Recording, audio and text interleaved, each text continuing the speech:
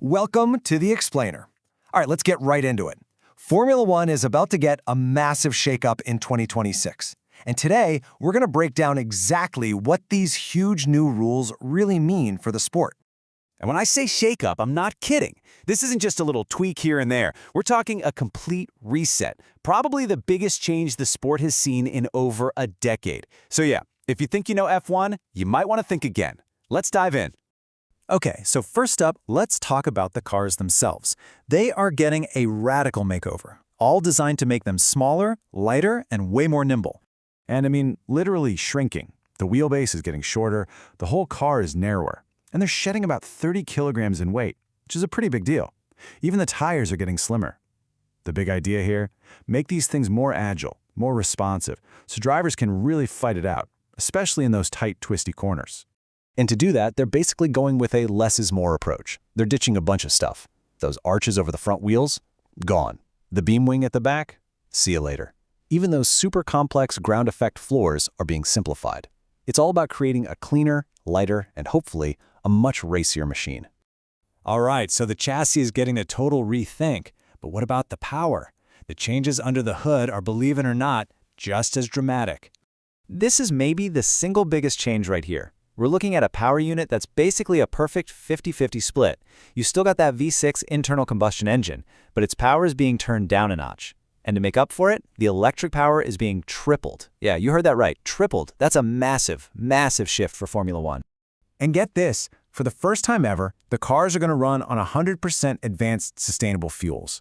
Now, this isn't just some green PR move. This is a huge reason why you're seeing big names like Audi jump in and Honda coming back. They want to develop tech that's actually relevant for the cars you and I might drive someday. So the engine's also getting simpler in some ways. That super complex and crazy expensive part called the MGU-H, it's gone. That's a big win for making the sport cheaper and easier for new teams to join. But at the same time, they're doubling the amount of energy the car can recover just from braking. All that extra juice is needed to feed that beast of a new battery. Okay, so we've got new cars, new power, but what does this all mean for the actual racing, for the wheel-to-wheel battles? Well, this is where things get really interesting, with some brand new tools for attack and defense.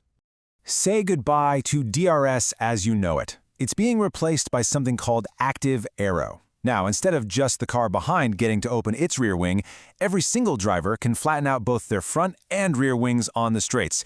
This is a complete game changer for how you attack and how you defend. So drivers are going to have this whole new toolkit to play with. On top of that active aero, there's a new overtake mode. It's like a push-to-pass button that gives you an extra jolt of electric power. But, and this is key, you can only use it when you're right up behind another car. And if that's not enough, they'll also have a manual boost button to unleash max power whenever they've got the battery for it. And it's almost like a video game, right? So, smaller, nimbler cars, brand new ways to attack. This sounds amazing, doesn't it? A recipe for some absolutely incredible racing. But what do the drivers think? The guys who actually have to wrestle these things around a track? Well, let's just say the early feedback has been a little complicated. Take the reigning world champ, Max Verstappen. He's been brutally honest about it. He's called it not fun and even anti-racing. His big comparison? He called it Formula E on steroids, basically saying that managing your battery might become more important than just being flat-out fast. And here's the core of the problem. To keep that huge battery charged, simulations are showing the fastest way to drive might be to lift off the gas pedal hundreds of meters before you even get to a corner. It's a technique called lift and coast. It's great for harvesting energy, but well, it's not exactly the flat-out, on-the-limit racing we all know and love. And it's not just Max. 7-time champ Lewis Hamilton is saying the same thing. He's talked about having to lift and coast for maybe 600 meters during a qualifying lap. His take, that's just not what pure racing is. So you see the conflict here, right? The drivers are worried. They're concerned the racing is going to feel less pure. That qualifying will turn into an energy-saving competition instead of a showcase of raw speed. And they're worried it's all getting so complex that we, the fans, are just going to get lost trying to figure it all out. And that really brings us to the big question, the central debate at the heart of this whole new era for F1. On one side, you have the goals, making the sport sustainable, creating closer racing, and attracting these huge car companies. And hey, it's worked.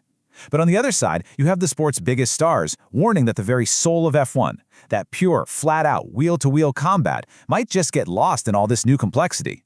So that leaves us with the ultimate question as we head into 2026. Will these new rules deliver the incredible racing they promise? Or will they create a formula that's a marvel of engineering, but maybe a little less fun to watch and a lot less fun to drive? I guess we'll all have to wait and find out when the lights go out.